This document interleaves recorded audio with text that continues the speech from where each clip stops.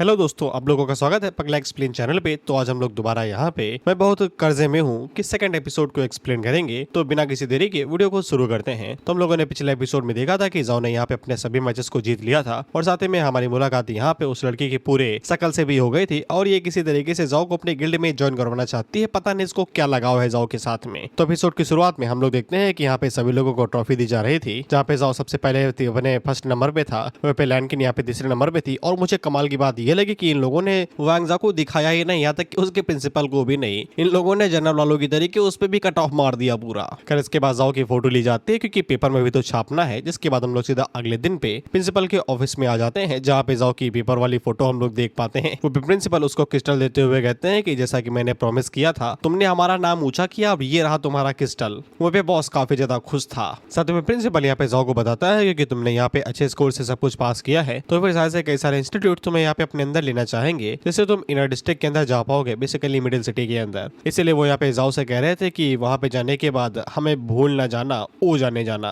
जाओ आगे से कहता है नहीं भूलूंगा, काफी सारा काम कराना है आप लोगों से। कर इसके बाद जाओ जल्दी जल्दी में घर जा रहा था, उतने में उसके बाकी दोस्त उसको ढूंढते हुए यहाँ पे आ जाते हैं। और फिर वो लोग जाओ को बताते हैं कि यहाँ पे जो अकेडमीज है, बेसिकली जो हाई लेवल के इंस्टीट्यूट है जहाँ पे इन लोगों को जाना है, उन लोगों ने अपने नोटिस भी भेज दिए हैं। आसान शब्दों में एडमिशन नोटिस, क्योंकि अकेडमी यहाँ पे खुद स्टूडेंट को चूज करती है। जाओ को कोई हैरानी नहीं थी कि 5 टॉप अकेडमीज इन लोगों को यहाँ पे हायर करना चाहती हैं, जिसपे सन आगे से कहता है कि वो लोग उसके चेले हैं, इतने छोटे मोटे थोड़ी ना अकेडमी के अंदर जाएंगे। वहीं पे साउजिया आगे से कहती है कि वो भले ही अलग अलग अकेडमी के अंदर जाए, लेकिन जब भी उन्हें टाइम मिलेगा तो वो लोग एक साथ घूमने के लिए जरूर आएंगे। जिसके लिए जाओ भी मान जाता है, क्योंकि उसे भी अकेले रहना पसंद नहीं है। जिसके बाद वो सभी लोग यहाँ पे प्रैक्टिस के लिए जाने लगते हैं। उतने में ही टियान यहाँ पे आती है, जो कि उन लोगों को ज्वाइन करने के लिए पूछती है, क्योंकि वो भी ताकतवर बनना चाहती थी। और वो पांचों इसको भी गली का आवारा समझ के अपने साथ लाइट क्लास के अंदर लेके चले जाते हैं, ये कहते हुए कि तुम भी चलो। वो पे टियान जैसे ही लाइट क्लास को देखती है तो वो आगे से कहती है ये जगह स्वर्ग है। टियान जाओ को थैंक यू बोलती है, क्योंकि उसी की वजह से प्रिंसिपल ने यहाँ पे टियान को परमिशन दी थी। जिसके बाद वो बाकी लोगों को भी यहाँ पे थैंक यू बोलती है, उन सभी को एक्सेप्ट करने के लिए। प्रिंसिपल उन लोगों को बताते हैं क्योंकि अब उन्हें यहाँ पे पूरी तरीके से सब्सिडी मिलने वाली है, इसलिए वो यहाँ पे सभी स्टूडेंट्स के लिए जितने भी इक्विपमेंट है उन सभी को फ्री कर देंगे। इससे के लिए अभी लाइट क्लास की जो इक्विपमेंट है उनको नॉर्मल क्लास के लोग भी इस्तेमाल कर पाएंगे, जिस वजह से स्कूल और भी ज्यादा पावरफुल स्टूडेंट्स को यहाँ पे प्रोड्यूस कर पाएगा। और प्रिंसिपल ये सारी चीजें काफी लंबे टाइम से करना चाहते थे, लेकिन पैसों की वजह से रुके हुए थे। लेकिन टूर्नामेंट जीतने की वजह से अब उनके पास इनफ पैसे हैं ये सब कुछ करने के लिए। इसलिए वो इन पांचों का काफी ज्यादा शुक्रिया करते हैं, जिसपे इन लोगों की भी आंखों में आंसू आ जाते हैं। जिसके बाद साउजियन टियान से पूछती है कि अचानक से उसके अंदर इतना जोश कैसे आ गया। वैसे भी स्कूल अब लंबी छुट्टी पे जाने वाला है टूर्नामेंट खत्म होने के बाद में। जिसपे टियान हमारी और आप बीती बताती है, ये कहते हुए कि उसके पास कोई भी खास टैलेंट नहीं है, लेकिन जब वो उन दोनों को देखती है इस तरीके से यहाँ पे फाइट करता हुआ देख के, तो वो भी उनकी तरीके यहाँ पे कूल बनना चाहती है। उसको यहाँ पे अपनी अकेडमी स्किल्स के अंदर पूरी तरीके से यकीन है, इसलिए वो भी यहाँ पे टॉप ग्रेड अकेडमीज के अंदर यहाँ पे अप्लाई करने वाली है। 1 महीने के बाद में यहाँ पे इन लोगों का ग्रेजुएशन हो जाएगा, जिसके बाद इन्हें अकेडमी ज्वाइन करनी पड़ेगी। इसलिए ये लोग पूरी कोशिश करने वाले हैं। वहीं पे टियान का स्ट्रगल देख के यहाँ पे साउजियन की आंखें भर आती है, गंगा जमुना बहने लगती है इसकी। इसलिए टियान से कहती है कि ये उसकी पूरी मदद करेगी, जितना हो पाएगा उतना। अब इज्जत की बात थी, लड़कियां मदद कर रही है तो लौंडे कैसे पीछे हटे भाई, वो भी कहते हैं कि हम भी करेंगे। वहीं पे सेंजाओ से पूछता है कि उसने डिसाइड किया कि वो कौन से स्कूल में जाने वाला है। बेसिकली जो टॉप 5 अकेडमी है उन लोगों ने पहले ही इन दिनों के पास में यहाँ पे अपना लेटर भिजवा दिया था एडमिशन वाला। इसलिए वो लोग जाओ से पूछना चाहते थे कि तुम कौन सी अकेडमी को चूज करने वाले हो, ताकि वो भी लोग उसी के अंदर घुस जाएं। लेकिन जाओ इन्हें बताता है कि उसे कोई लेटर ही नहीं मिला है। जिसपे वो तीनों हैरान होते हैं कि कैसे भाई, हमें मिल गया तुम्हें नहीं मिला, ऐसा हो ही नहीं सकता कि तुम्हें कोई भी अकेडमी लेना ना चाहे। लेकिन जाओ आगे से बताता है उसे सच में कुछ भी नहीं मिला है। उतने में प्रिंसिपल पीछे से बताते हैं कि मैं तुमसे इसी बारे में बात करना चाहता था। जिसके बाद वो हाथ आगे बढ़ा के जाओ को उसका यहाँ पे एडमिशन लेटर देते हैं, जो कि थोड़ा सा लेट में आया था। जिसपे वो सभी लोग आगे से कहते हैं कि देखा मैंने बोला था ना, ऐसा हो ही नहीं सकता कि कोई अकेडमी यहाँ पे जाओ को लेना ना चाहे। लेकिन जो इन्विटेशन आया था वो कुछ ज्यादा ही हाई लेवल की अकेडमी से आया था, dawn breaker blade oracle specialized academy. वो पर्सन जैसे इस अकेडमी का नाम सुनता है तो उसके तोते उड़ जाते हैं, क्योंकि डॉन ब्रेकर अकेडमी यहाँ पे उन 5 अकेडमी से कई गुना ज्यादा शक्तिशाली और कई गुना ज्यादा रिस्पेक्टफुल अकेडमी मानी जाती है। बेसिकली टॉप की यूनिवर्सिटी की भी टॉप की यूनिवर्सिटी। हालांकि जाओ को उस अकेडमी के बारे में नहीं पता, तो वो उसे हल्के में ले रहा था। लेकिन सेन उसे बताता है दादा तुम 7वें आसमान पे उड़ने वाले हो। वो बताता है कि इनकी कंट्री के अंदर जितनी भी ओरेकल अकेडमीज हैं, इनके अंदर यहाँ पे 5 अकेडमीज को सबसे बढ़िया माना जाता है। Morning star academy, watcher academy, red lion academy, azure sky academy, alpha academy. ये 5 अकेडमी यहाँ पे symbol of authority and power को रिप्रेजेंटेट करती हैं, और इन्हीं के पास सबसे ज्यादा हाईएस्ट प्रिविलेज होता है। प्रिविलेज का मतलब होता है एक तरीके से सुविधा, यानी कि अगर तुम अच्छे घर में पैदा हुए हो तो फिर तुम्हें प्रिविलेज बोला जाएगा। आसान शब्दों में बोलो, अगर तुम्हारे पापा सरकारी सरकारी नौकरी करते हैं तो फिर तुम्हें प्रिविलेज्ड बोला जाएगा। लेकिन इन 5 अकेडमी के सामने एक अकेडमी है जो कि इनसे भी कई गुना ज्यादा आगे है और उसको यहाँ पे डॉन ब्रेकर अकेडमी बोला जाता है। अगर डॉन ब्रेकर अकेडमी किसी स्टूडेंट को यहाँ पे अपने अंदर लेना चाहे तो फिर वो सबसे पहले यहाँ पे उन्हें पिक करती है, भले ही 5 अकेडमी लाइन में ही क्यों न लगी हुई हो। तो फिर जाओ आगे से हमारी तरीके ही सवाल पूछता है, अगर डॉन ब्रेकर अकेडमी का स्टेटस इतना ही ज्यादा हाई है तो फिर उससे यहाँ पे 5 अकेडमीज के साथ में जोड़ा क्यों नहीं जाता, 6 अकेडमी क्यों नहीं बुलाया जाता। जिसपे प्रिंसिपल आगे से बताते हैं ऐसा इसलिए क्योंकि डॉन ब्रेकर अकेडमी की जो वैल्यू है उसे बिल्कुल भी मापा नहीं जा सकता, जिससे कि यहाँ पे 5 ग्रेड अकेडमीज को मापा जा सकता है। लेकिन डॉन ब्रेकर अकेडमीज के पास में यहाँ पे सब गेट्स फिशर्स होते हैं। फिशर्स के 2 मतलब होते हैं, मेरे लिए तो बवासीर है, लेकिन दूसरा मतलब यहाँ पे किसी चीज में दरार भी होता है। अब ये जब भी फिशर्स बोलेंगे तुम इसको डंजन समझ लेना, क्योंकि वो दरार इनकी दुनिया को किसी दूसरी दुनिया से जोड़ देती है। हालांकि इन लोगों को भी फिशर्स के बारे में समझ में नहीं आता कि इसका क्या मतलब है। तो प्रिंसिपल इन्हें खुफिया बात बताते हैं। बेसिकली गवर्नमेंट ने मना किया हुआ है कि ये फिशर्स के बारे में सिर्फ मिडिल सिटी के लोगों को ही पता होना चाहिए, बाहर के लोगों के बारे में नहीं। लेकिन वो लोग मिडिल सिटी के अंदर ही जाने वाले हैं, तो प्रिंसिपल इन्हें बताना चाहते हैं। हालांकि टियान आगे से कहती है कि मैं नहीं जाने वाली वहाँ पे। प्रिंसिपल आगे से कहते हैं तब भी जान लो।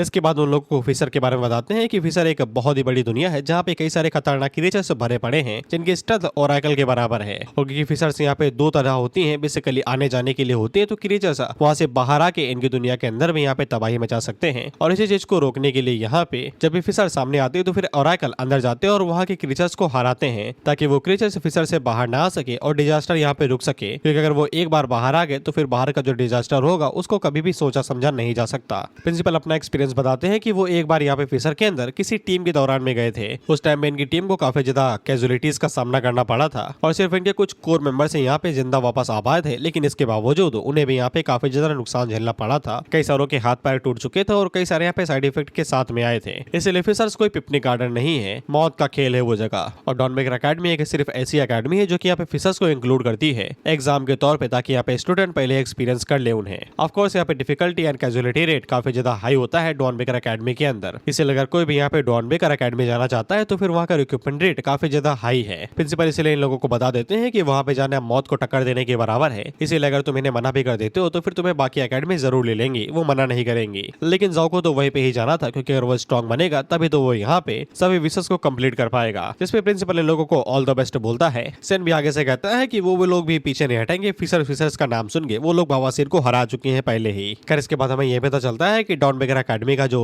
टर्म है वो काफी ज्यादा अपने हिसाब से बनाते हैं। मूडी जो है बेसिकली अकेडमी को रिपोर्ट करने के लिए तुम्हारे पास 6 महीने रहते हैं कि तुम्हें उनके साथ जाना है या नहीं। लेकिन डॉन ब्रेकर अकेडमी के लिए सिर्फ 10 दिन मिलते हैं, इसलिए जाओ भागते हुए चला जाता है क्योंकि वो ये मौका गंवाना नहीं चाहता। जिसके बाद वो अपना सारा बोरिया बिस्तर यहाँ पे बांधने वाला था, उतने में ही बॉस उसके सामने आता और उससे कहता है क्रिस्टल लाओ बच्चा। तो जाओ उसे यहाँ पे क्रिस्टल दे देता है। देता क्या है, बॉस खुद ही झूले से बाहर निकाल लेता है। जिसके बाद वो अपनी उंगली को आगे बढ़ा के क्रिस्टल को जैसे ही छूता है तो क्रिस्टल के अंदर से जो एनर्जी थी बॉस उसको यहाँ पे बाहर निकाल लेता है। और जैसे ही क्रिस्टल से उसकी एनर्जी खींच ली जाती है तो क्रिस्टल 2 टुकड़ों में नीचे गिर जाता है, जिसको देख के यहाँ पे जाओ की आंखें बाहर आ जाती हैं। जिसके बाद वो अपने क्रिस्टल को हाथों में लेके टसुए बहाते हुए कहता है कि तुमने मेरे क्रिस्टल के साथ क्या किया, मैं तो इसे बेच खाने वाला था। जिसपे बॉस उसे बताता है कि मैंने जैसे ही इसके अंदर से पावर ले ली तैसे ही ये पूरी तरीके से वर्थलेस बन गया। जिसके बाद वो माफी भी नहीं मांगता और उससे कहता है कपड़े बांधो, तुम्हें अकेडमी के लिए जाना है ना, चुपचाप दफा हो जाओ यहाँ से। जिसपे जाओ आगे से बताता है कि हाँ वो उसी अकेडमी के अंदर जाना चाहता है क्योंकि अगर वो यहाँ पे जाएगा तो उसे सबसे बढ़िया रिसोर्स मिलेंगे और तभी वो यहाँ पे अपने दूध का कर्ज अदा कर पाएगा। और साथ ही में उसे यहाँ पे फिशर्स के अंदर भी जाना है क्योंकि वो यहाँ पे उन्हें चेक करना चाहता है। जिसपे बॉस उसे कहता है कि तुम्हें फिशर से बिल्कुल भी डरने की जरूरत नहीं है क्योंकि ओरेकल एंड फिशर्स क्रिएचर दोनों एक ही चीज है। क्योंकि जो स्टार एनर्जी है जिसको वो यहाँ पे एब्जॉर्ब करता है, जिससे वो ओरेकल बनता है, वो भी यहाँ पे फिशर से आती है। जिसपे लगे हाथों जाओ यहाँ पे बॉस से कह देता है कुछ रिवॉर्ड मिलेगा क्या, आपकी विश तो कंप्लीट हो गई ना। जिसपे तो बॉस भी आगे से कहता है साले जिनी थोड़ी ना हो कि साले विश देता रहूंगा बार बार में। लेकिन बॉस की मजबूरी है क्योंकि उसकी जितनी भी क्वेस्ट है वो सभी फिशर से ही रिलेटेड है, तो वो जाओ को यहाँ पे खाली हाथ अंदर जाने भी नहीं दे सकता, कहीं वो टपक ना जाए। और ऊपर से क्रिस्टल को एब्जॉर्ब करने के बाद में उसके पास थोड़ी उसकी पावर भी आ गई है, तो वो जाओ को यहाँ पे हल्की सी पावर से वापस कर देता है। जाओ को तो पहले समझ में नहीं आता कि ये कौन सा काला जादू है, लेकिन तभी उसे यहाँ पे एक नई एबिलिटी मिलती है, फ्रेगमेंट ऑफ क्रिएटिविटी अथॉरिटी। अब इसके बारे में लंबा चौड़ा में समझाया जाता है, यहाँ से आया है, वहां से वो आया है, सक्सेसफुली हो गया, ये कन्वर्जन हो गया। आसान शब्दों में ये प्रिसीजन है। बेसिकली इसकी मदद से वो यहाँ पे अपोनेंट की जितने भी उसके लेवल है, उसकी वीकनेस है, वो सब कुछ चेक कर पाएगा। साथ ही में इसकी वजह से वो यहाँ पे जो स्टार एनर्जी उसको डायरेक्ट वो यहाँ पे लेवल्स के अंदर कन्वर्ट कर देगा। उसे अब एब्जॉर्ब करने की जरूरत नहीं है। Fragment of creativity authority direct उसके लिए स्टार एनर्जी को लेवल्स के अंदर कन्वर्ट कर देगा। इस वजह से जाओ का जो लेवल था वो एक बार में ही यहाँ पे डी पे आ जाता है। जिसके बाद जाओ जब पूछता है कि ये फ्रेगमेंट ऑफ क्रिएटिविटी अथॉरिटी है क्या चीज, तो फिर उसके बारे में इन्फॉर्मेशन दी जाती है कि figment of creativity authority demon god of creation सतोथ की पावर का बस एक टुकड़ा है, जो यहाँ पे एबिलिटी ओनर को ये एबिलिटी देता है कि वो पावर को बना सके। जो यहाँ पे बॉस से पूछता है कि ये महामहिम कौन है, जिसपे जाओ आगे से बताता है सतूत उसकी एक पुरानी दोस्त थी और क्रिएटिविटी अथॉरिटी उसने यहाँ पे बॉस को गिफ्ट में दी थी। बॉस यहाँ पे जाओ को ये बता देता है कि ये अथॉरिटी ऑफ क्रिएटिविटी काफी ज्यादा अच्छी चीज है, क्योंकि वो यहाँ पे होल्डर के पोटेंशियल और उसकी पावर को काफी अच्छे से यहाँ पे बूस्ट करती है और उनके लिए यहाँ पे सबसे सुटेबल बना देती है, यहाँ तक कि वो उनकी रेस और फिजिकल बॉडी को भी चेंज करा सकती है। बॉस को अच्छे से पता था कि अगर वो यहाँ पे जाओ को कोई ऐसी पावर दे देता है जो कि यहाँ पे जाओ के लिए सुटेबल नहीं रहती है तो उसका ही घाटा होगा, इसलिए उसने यहाँ पे जाओ को क्रिएटिविटी अथॉरिटी दे दी, जिस वजह से यहाँ पे जाओ अपनी पावर्स अपने हिसाब से यहाँ पे बना पाएगा। बेसिकली जाओ के हाथों में मशीन लग चुकी है पैसे छापने की। अब ये 5 और 2000 के साथ साथ 5000 के भी नोट छापेगा। जाओ के भी ये बात समझ में नहीं आती कि इस मशीन का करूंगा क्या मैं, जब पेपर ही नहीं होगा। बेसिकली जाओ को कुछ ऐसा चाहिए था जो उसके लेवल को यहाँ पे बढ़ा सके, तो बॉस उसे हिंदी में समझा देता है कि तुम लोगों के लिए लेवल से सब कुछ है क्या, और वो उसे बताता है कि लेवल तुम्हारे सिर्फ फिजिकल स्टैट्स को ही इफेक्ट करेगा, लेकिन जो वो पोटेंशियल यहाँ पे पहली बार में अवेकन करेगा वो सबसे ज्यादा मैटर करता है। बेसिकली जब यहाँ पे कोई डी रैंक पे पहुंचता है तो वो लोग अपने पोटेंशियल को अनलॉक करते हैं। जैसे कि हम लोगों ने लैंडकिन को देखा था, उसके पास एक स्पेशल एबिलिटी थी, उसी को ही पोटेंशियल बोला जा रहा है। इसीलिए अगर पोटेंशियल यहाँ पे खराब होगा तो फिर इससे कोई फर्क नहीं पड़ता कि यहाँ पे जाओ का लेवल कितना ज्यादा है, वो यहाँ पे कचड़ा ही रहेगा। और बॉस को पहले से अंदाजा था कि यहाँ पे जाओ को कुछ ऐसा ही पोटेंशियल मिलेगा जो 2 कौड़ी का ही रहेगा, इसीलिए उन्होंने यहाँ पे जाओ को क्रिएटिविटी अथॉरिटी दे दी कि भैया तुम अपने हिसाब से अपना पोटेंशियल एडजस्ट कर लेना, जो तुम्हें पसंद आए वो तुम चूज कर लेना। जाओ को अब धीरे धीरे समझ में आता है कि बॉस का क्या मतलब था, जब वो यहाँ पे लैंडकिन की एस पर टाइप एबिलिटी के बारे में सोचता है कि लेवल से ज्यादा पे पोटेंशियल मायने रखता है, जो यहाँ पे कॉम्बैट स्किल्स को भी पीछे छोड़ सकता है। अगर उसके पास अच्छा पोटेंशियल नहीं होगा तो फिर वो यहाँ पे छोटे छोटे मॉन्स्टर के खिलाफ में भी काफी ज्यादा स्ट्रगल करेगा। फिर इसके बाद बॉस जाओ को यहाँ पे ज्यादा नहीं समझाता, उसे ये बोलता है कि जब तुम इसे खुद ट्राई करोगे तब तुम्हें सब कुछ समझ में आने लगेगा। जाओ को यहाँ पे फील ही नहीं होता कि वो यहाँ पे स्टार एनर्जी को एब्जॉर्ब कर रहा है, क्योंकि क्रिएटिविटी अथॉरिटी ने यहाँ पे जाओ की बॉडी का पूरा फंक्शन ही बदल दिया है। उसने यहाँ पे जाओ की बॉडी को मॉडिफाई कर दिया। बेसिकली अब उसके लिए उसने यहाँ पे एक सिस्टम टाइम में विंडो ला दी है। अब वो यहाँ पे पॉइंट्स की मदद से अपनी बॉडी के स्टैट्स, अपनी एनर्जी और बाकी सभी चीजों को यहाँ पे अपग्रेड कर पाएगा। हालांकि वो कुछ फंक्शंस का भी यूज नहीं कर पा रहा था, जिसके लिए यहाँ पे थोड़ा सा लेवल हाई चाहिए था, तो जब तक वो अपने लेवल को नहीं बढ़ाता तब तक वो उन फंक्शंस का यूज नहीं कर पाता है। अभी के लिए वो सिर्फ अपने बेसिक फंक्शंस का ही यूज कर पाता है, जैसे कि स्टैट्स हो गए, अपने स्टेल्थ हो गए, वो सब कुछ। यहाँ पे कुछ सोल वाला भी था जिसको वो भी समझ नहीं पाता कि ये है क्या चीज, क्योंकि उसके पास थी ही नहीं, और सोल्स की मदद से ही वो अपने स्टैट्स को यहाँ पे लेवल अप कर पाएगा। क्योंकि जाओ को कुछ भी समझ में नहीं आ रहा था तो वो उसे बंदी कर देता है, ये कहते हुए कि बाद में देखेंगे। लेकिन जाओ को ये पता भी लगाना पड़ेगा कि वो यहाँ पे अपनी स्ट्रेंथ को कैसे बढ़ाएगा, क्योंकि अब वो स्टार एनर्जी की मदद से अपने लेवल को नहीं बढ़ा पाएगा, उसे यहाँ पे सोल्स का इस्तेमाल करना पड़ेगा, तभी वो अपने लेवल को यहाँ पे अपग्रेड कर पाएगा। वो पे बॉस जब जाओ को इस तरीके से परेशान देखता है तो वो बेचारा परेशान हो जाता है कि किसके साथ फंस गया भाई मैं, साला इतना सब कुछ करूं मैं इन लोगों के लिए, तभी साला मैं निराश होता हूँ। उतने में जाओ की तरफ से एक और यहाँ पे विश कंप्लीट हो जाती है। बेसिकली बॉस की एक ये भी विश थी कि जाओ यहाँ पे पूरे 70 दिन तक जिंदा रह जाए कैसे ना तैसे, और क्योंकि वो 70 दिन जिंदा रह गया था तो फिर उसकी विश यहाँ पे कंप्लीट हो जाती है। इसे जाओ को ऑटोमेटिकली एक रिवॉर्ड मिल जाता है, और ये वाला रिवॉर्ड एक तरीके से इक्विपमेंट था, जहाँ पे उसे कडारा से डिमोनिक आर्मर मिलता है। हालांकि इक्विपमेंट कोई नॉर्मल इक्विपमेंट नहीं था, ये भी यहाँ पे कडारा की डिमोनिक आर्मर का एक फ्रेगमेंट था, बेसिकली एक हल्का सा टुकड़ा, क्योंकि इस आर्मर फ्रेगमेंट के अंदर यहाँ पे हीरोइक स्पिरिट किंग कडारा की थोड़ी बहुत पावर थी, क्योंकि ये अपने ओनर की सोल के साथ ही बन जाता था, इसलिए इसे फिजिकली पहनने की जरूरत नहीं है, जिस वजह से एक्सक्लूसिव स्किल के साथ में आता था। जब चाहे तभी अपने मन से यहाँ पे जाओ की बॉडी के ऊपर आ सकता था, जाओ भी बुला सकता था, और ये जाओ के लिए सभी इनकमिंग अटैक्स को ब्लॉक करेगा, और उस अटैक को एब्जॉर्ब करने के बाद में इसकी स्ट्रेंथ भी बढ़ती जाएगी और वो उसे यहाँ पे रिलीज भी कर पाएगा। बेसिकली से वाइब्रेनियम का दूसरा रूप है ये। जाओ को ये आर्मर काफी ज्यादा पसंद आया था, बस एक ही कंप्लेन थी कि ये काफी ज्यादा छोटा है, सिर्फ उसकी कलाई तक ही आ रहा था, लेकिन जब स्टैट्स इतने ज्यादा बढ़िया है तो फिर चुगली करने का कोई फायदा नहीं है। बॉस के टसुए बह जा रहे थे, क्योंकि वो जितनी भी पावर यहाँ पे ला रहा था जाओ उन्हें लूट ले रहा था। वो आगे से कहता है ये एडवांस इन्वेस्टमेंट है, अब तुम मुझसे कुछ भी नहीं मांगोगे, थप्पड़ मार दूंगा मैं, चुपचाप जाओ मेरी विशेष कंप्लीट करो, बाद में रिवॉर्ड मांगना मुझसे। जाओ आगे से कहता है नहीं मांगूंगा यार मैं। जिसके बाद हम लोग जाओ को देखते हैं जो कि ट्रेन स्टेशन के पास में आता है, क्योंकि उसे यहाँ पे मिडिल सिटी के बीच में जाना पड़ेगा और वो बाहर रहता है। प्रिंसिपल और बाकी सभी लोग उसे यहाँ पे गुड बाय बोलने के लिए आते हैं। प्रिंसिपल जाओ से कहते हैं अगर तुम्हें किसी भी चीज की जरूरत पड़े तो फिर तुम हमसे बोल सकते हो, हम तुम्हारी पूरी मदद करेंगे। जाओ आगे से कहता है कि फिर तो मैं सिर्फ एक ही चीज चाहता हूँ कि आप मेरी मदद कर दें। जिसके बाद जाओ कुछ पैसे निकालता है और वो प्रिंसिपल को देते हुए कहता है कि उसकी मदर यहाँ पे हॉस्पिटल के अंदर एडमिट है, अगर वो हॉस्पिटल चले जाते हैं और उसकी बहन को ये पैसे दे देते तो ये बढ़िया रहता।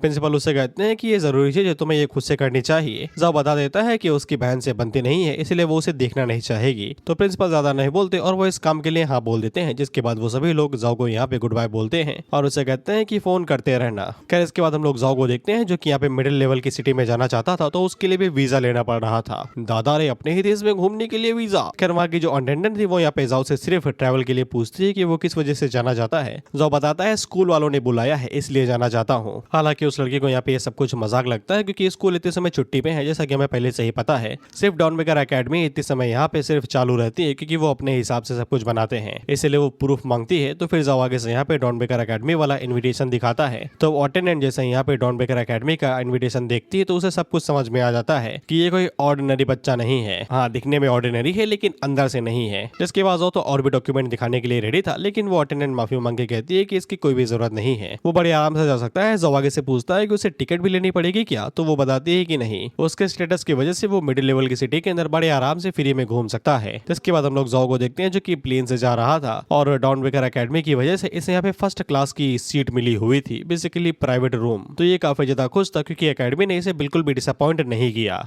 इसके बाद हम लोग जाओ को देखते हैं जो कि एकेडमी पहुंच जाता है। एकेडमी पहुंचने के बाद में वो डायरेक्ट अंदर घुसता है। तो फिर वहां पे जो बैठा हुआ था वो जाओ से यहाँ पे उसका कार्ड और सब कुछ मांगता है ताकि वो यहाँ पे उसे रजिस्टर कर सके। जाओ जैसे अपना सारा आईडी वाईडी देता है तो फिर वो बंदा जिसे यहाँ पे जाओचन का नाम देखता है तो वो उसे पूछता है कि तुम वही हो ना, तुम मेरे साथ चलो, मैं तुम्हें यहाँ पे डायरेक्ट स्कूल लेके चलता हूँ। जाओ इसे काफी ज्यादा हैरान होता है और वो पूछता है कि कोई मेरा इंतजार कर रहा है क्या। वो किसी को भी नहीं जानता है स्कूल के अंदर। जिसपे वो बंदा आगे से बताता है कि वो भी उसे नहीं जानता पर्सनली, लेकिन किसी ने यहाँ पे उसे बोला था उसे यहाँ पे लाने के लिए। जिसके बाद वो बंदा उसे यहाँ पे एक स्टोन के पास में लेके जाता है और उसे बोलता है कि तुम्हारे पास एकेडमी का ब्लैक कार्ड होगा ना, उससे जरा इस पत्थर को छूना। तो जाओ आगे से कहता है कि तुम मुझे कहीं फंसाने वाले तो नहीं हो, कैंपस यहाँ पे मुझे दिखाई नहीं दे रहा, कहीं ये हिडन पासवे तो नहीं है। तो वो बंदा आगे से कहता है कि छुआओ तो सही, तुम्हें सब कुछ पता चल जाएगा, हल्का सा चक्कर आएगा बस। जिसके बाद यहाँ पे जाओ जैसे एकेडमी के ब्लैक कार्ड से उस पत्थर को छूता है तो फिर यहाँ पे टेलीपोर्टेशन गेट एक्टिवेट होता है। जिसके बाद जाओ यहाँ पे सीधा एकेडमी के अंदर टेलीपोर्ट मार देता है। जाओ को पता चल जाता है कि ये टेलीपोर्टेशन है। वो बंदा जाओ को बताता है कि ये एकेडमी काफी ज्यादा दूर है उस जगह से, इसलिए इन लोगों को टेलीपोर्टेशन स्टोन्स का इस्तेमाल करना पड़ता है।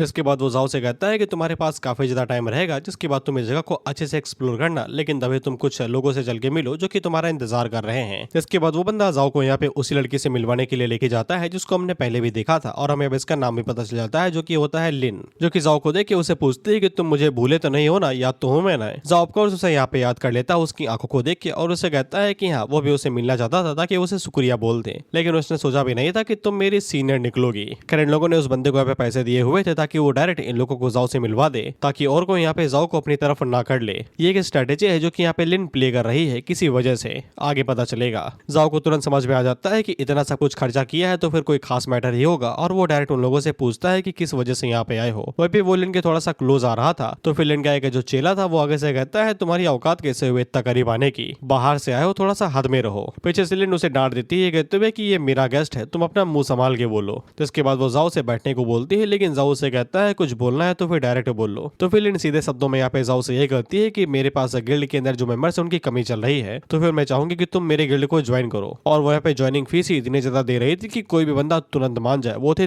30 मिलियन। जिसको सुन के जाओ के भी तोते उड़ जाते हैं क्योंकि एक नॉर्मल से पावर हाउस को हायर करने के लिए यहाँ पे उसकी स्ट्रेंथ और पोटेंशियल को देखा जाता है और फिर भी इतना ज्यादा प्राइस नहीं आ जाता, मुश्किल से मुश्किल 5 या फिर 10 मिलियन। जबकि जाओ के लिए यहाँ पे इतना ज्यादा पैसा फूका जा रहा है, यानी कि मैटर कुछ ज्यादा ही सीरियस है। वह जो दूसरा बंदा था वो आगे से लिन से कहता है कि तुम इसके लिए इतना पैसा काहे लिए फूक रही हो, इतना पैसा अगर तुम किसी बंदे को दो तो फिर तुम इजीली यहाँ पे 3 या फिर 4 टॉप टायर के बी रैंक या फिर ए रैंक के ऑरेकल्स को हायर कर सकती हो। इस 2 कौड़ी के कचड़े के लिए इतना ज्यादा पैसा देने की क्या जरूरत है। लेकिन इस बार्लिंग उसे अच्छे से समझा देती है, ये कहते हुए कि मुझे तुम्हारी जरूरत है क्या मेरे डिसीजन लेने के लिए। इस पे उस बंदे को समझ में आ जाता है कि अगर उसने अब दोबारा बोला तो वो नौकरी के साथ साथ अपनी जान से भी हाथ धो बैठेगा। हालांकि वो इस बात से जरूर हैरान था कि ये साला है कौन जिसके लिए यहाँ पे लिन इतना ज्यादा मरी जा रही है। साथ ही में हम लोग इस लड़की को भी देखते हैं जो कि शायद से लिन की यहाँ पे एडवाइजर है और ये कुछ भी नहीं बोल रही थी, चुपचाप बैठे हुई थी। वो लिन जाओ से कहती है कि अभी वो यहाँ पे आया है तो फिर उसने अभी तक किसी भी गिल्ड को ज्वाइन नहीं किया होगा और वो इतने ही पैसे यहाँ पे उसे ऑफर कर सकती है, इससे ज्यादा नहीं दे सकती है। और जाओ समझ रहा होगा कि वो कितने ज्यादा सिंसियर है यहाँ पे।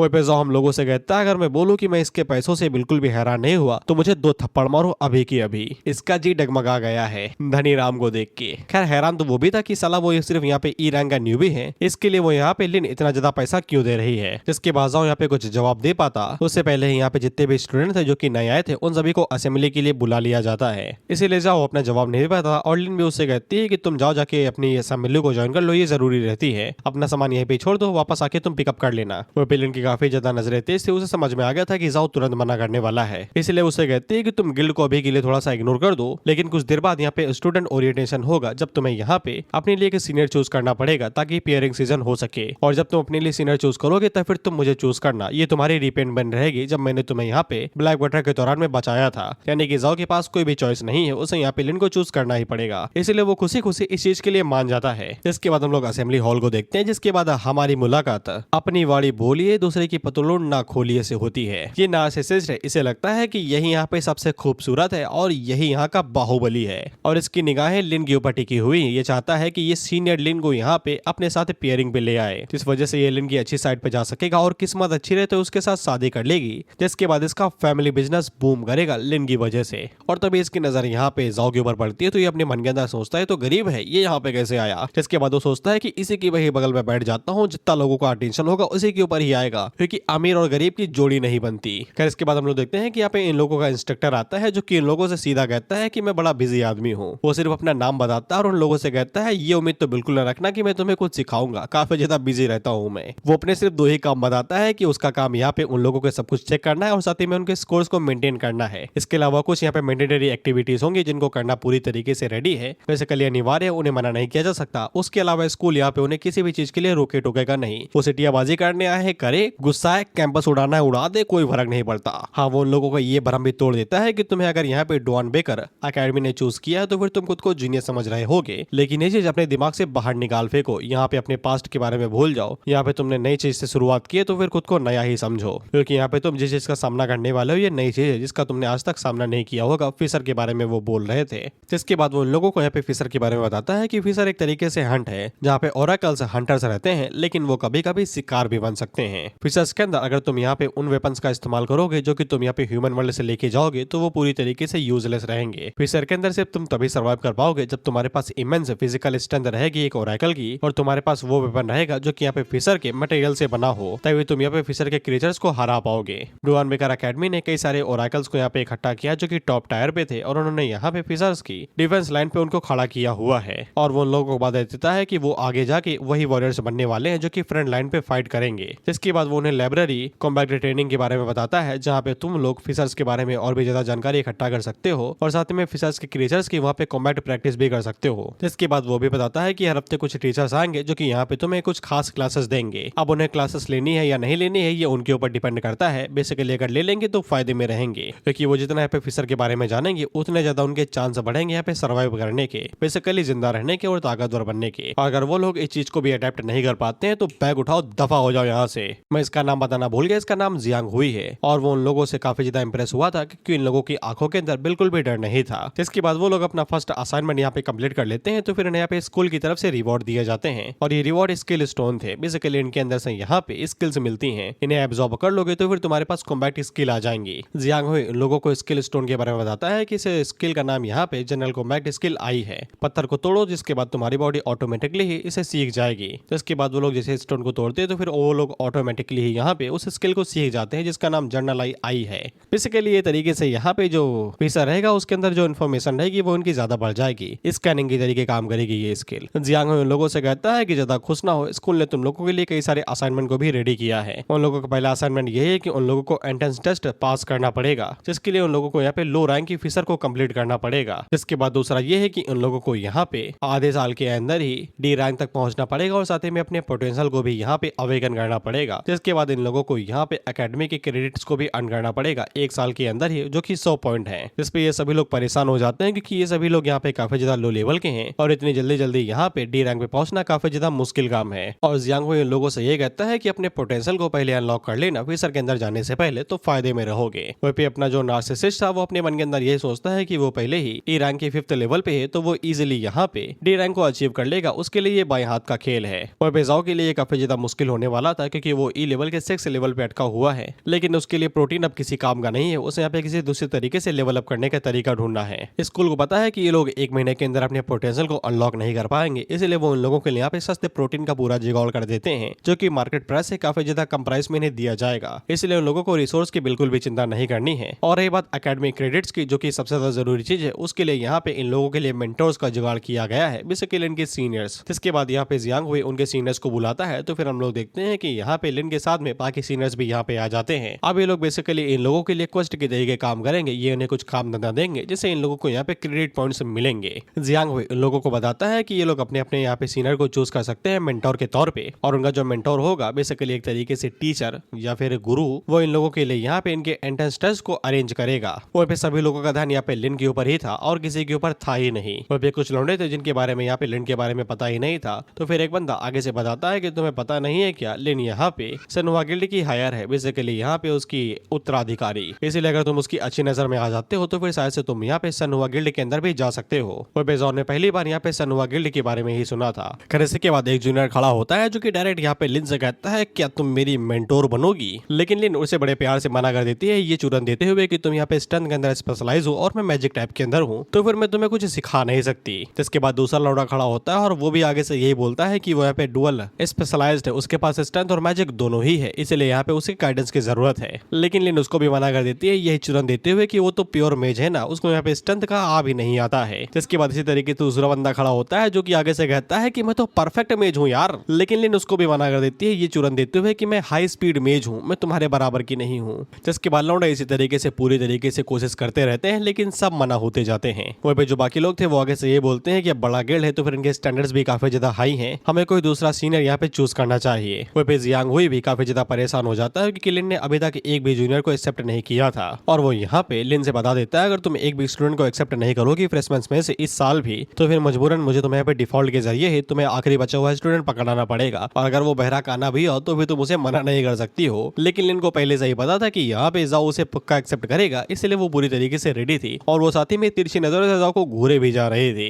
वही पे जाओ अपने मन के अंदर सोचता है कि मैं क्या बोलूं यार, मैं तो किसी भी कैटेगरी में नहीं आता हूँ। इसके बाद हम लोग अपने नार्सिसिस्ट को देखते हैं और ये अपने मन के अंदर ये सोच रहा था कि ये सभी लूजर्स मेरे सामने टिक ही कहाँ सकते हैं, मैं जितना ज्यादा टैलेंटेड हूँ मैं कभी रिजेक्ट हो ही नहीं सकता। जिसके बाद वो जाओ को देखते हुए यही सोचता है कि यही आखिरी बचा हुआ है, ये भी रिजेक्ट हो जाएगा। जिसके बाद वो बाय डिफॉल्ट ही यहाँ पे लिन का चेला बन जाएगा और उसे यहाँ पे बोलना भी नहीं पड़ेगा। उतने में ही जाओ खड़ा होता है जो कि लिन से कहता है कि उसे यहाँ पे नॉलेज नहीं चाहिए, वो बस उसके साथ में रहना चाहता है। क्या वो उसके मेंटोर बदलेगी? भाई ने लाइन ही बदल दी, भाई को रेज्यूमे देना था, भाई ने दिल दे दिया डायरेक्ट। सबको ये लग रहा था कि लिन इसको भी मना कर देगी क्योंकि ऐसी चीजों से तो कुछ भी नहीं होने वाला, लेकिन उतने में ही लिन उसे एक्सेप्ट कर लेती है, जिसलिए उनका मुंह बन जाता है, ये बोलते हुए कि यही है वो जिसकी मुझे तलाश थी। जिस पे हमारे नार्सिसिस्ट को झटका लगता है कि ये कैसे स्टैंडर्ड है भाई, इसका दिमाग का इलाज करो पहले, इसका कुछ तो गड़बड़ है। जिसके बाद अगला सीन यहाँ पे मिशन हॉल का होता है, जहाँ पे लिन को यहाँ पे जाओ को कुछ मिशन देना होगा, इसीलिए वो यहाँ पे लेके आई थी। वो पे जाओ चलते चलते उसे ये भी पूछ लेता है कि तुम यहाँ पे सनहुआ गिल्ड की हायर हो, जो कि 4 बड़े गिल्ड में से एक है, तो फिर तुम्हारे पास यहाँ पे किसी भी हाई लेवल के ओरेकल की कमी नहीं होनी चाहिए, तो फिर तुमने मुझे इतना ज्यादा हाई प्राइस ऑफर क्यों किया एक न्यूबी के लिए। जिस पे लिन उसको बताती है कि वो यहाँ पे उसे गिल्ड के लिए रिक्रूट नहीं कर रही है, उसके खुद के भी कुछ रीजंस हैं, वो रीजंस के बारे में उसे बाद में बताएगी। अभी के लिए उसकी पहली प्रायोरिटी सिर्फ उसे टेस्ट को पास करना है, जो कि यहाँ पे वो उसके लिए अरेंज करने वाली है। जिसके बाद लिन यहाँ पे जाओ को उसके बाकी टीममेट से मिलवाती है, जो उसके साथ यहाँ पे एक ऑफिसर के अंदर जाएंगे उसके फर्स्ट एंट्रेंस एग्जाम को टेस्ट करवाने के लिए। जिसके बाद लिन उन लोगों से कहती है कि हर को एक दूसरे को अपना इंट्रोडक्शन दे दो, मैं चली यहाँ से। जिसके बाद हम लोग सुहान को देखते हैं जो कि सी रैंक पे थी और इसका लेवल 5 था और इसका पोटेंशियल शैडो वेल था। एक तरीके से ये यहाँ पे स्टेल्थ का यूज कर सकती थी और ये इस पूरी टीम की यहाँ पे सुपरवाइजर होने वाली थी।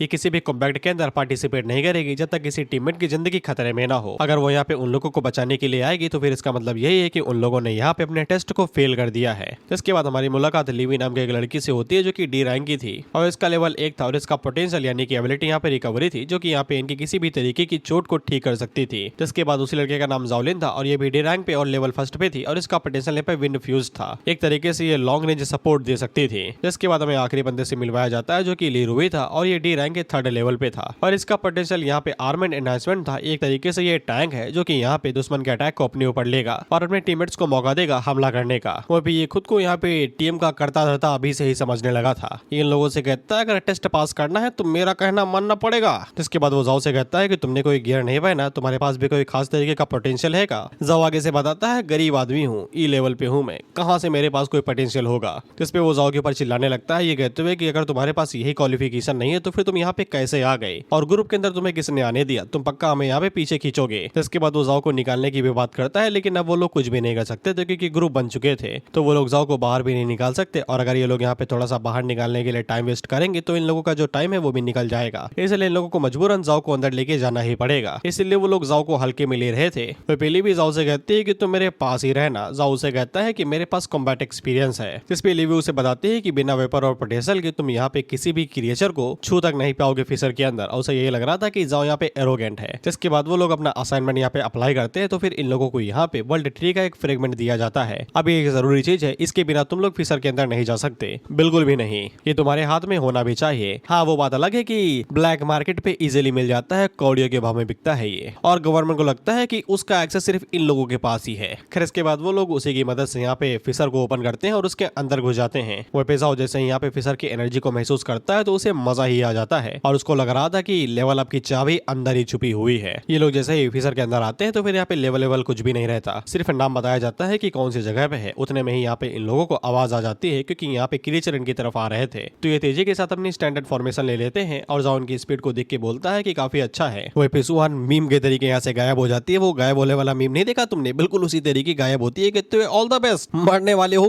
तब एंट्री मारूंगी। खैर जो लीरोई था उसके ऊपर यहाँ पे 3 वुल्फ एक साथ हमला करते हैं जो कि यहाँ पे डी रैंक पे थे। शैडो डिमन वुल्फ ये नाम है इन तीनों का। लीरोई टैंक के तरीके यहाँ पे उनके अटैक्स को ब्लॉक करने की कोशिश करता है। वहीं पे ज़ोलिन पीछे से बैक सपोर्ट करते हुए एरो का इस्तेमाल करते हुए डीमन वुल्फ के ऊपर हमला करते जा रहे थे। वहीं पे लीरोई भी आगे से यहाँ पे अपने कॉम्बैट स्किल का यूज करते हुए लगातार स्लैशेस मारता है और आने वाले वुल्फ को यहाँ पे हरा देता है। लेकिन लीरोई बुद्धि से पागल था, वो अपने प्रोफेशन के बारे में भूल गया था और अकेले ही चार्ज करते हुए आगे बढ़ जाता है। इसलिए कुछ वुल्फ उसका पीछा छोड़ के यहाँ पे बाकी टीममेट्स के ऊपर हमला करने को आगे बढ़ते हैं। ज़ोलिन उससे कहती भी है कि कहाँ जा रहे हो भाई तुम, और उतने में ही एक वुल्फ ज़ोलिन के ऊपर हमला कर देता है और उसके हाथ के ऊपर यहाँ पे दांत गड़ा देता है। तो लिवी जल्दी से आगे बढ़ती है उसको यहाँ पे हील करने के लिए, लेकिन तभी पीछे से एक और डीमन वुल्फ उसके पीछे निकलता और उसके ऊपर हमला करने वाला था। लिवी को लगा कि भैया गई मुंडी। उतने में ही उस डीमन वुल्फ को एक प्यार की थपकी देता और उस थपकी से ही भाई ढेर हो जाते हैं। वहीं पे लिवी का तो फोकस ही बिगड़ जाता है कि ये मैंने क्या देखा भाई अभी। तो जाओ से कहता है होश में आओ बहना। उतने में ही हम देखते हैं कि यहाँ पे जाओ को 10 सोल मिलती हैं, जिससे जाओ को तुरंत समझ में आ जाता है कि बस बीस्ट को मारो सोल मिलेगी।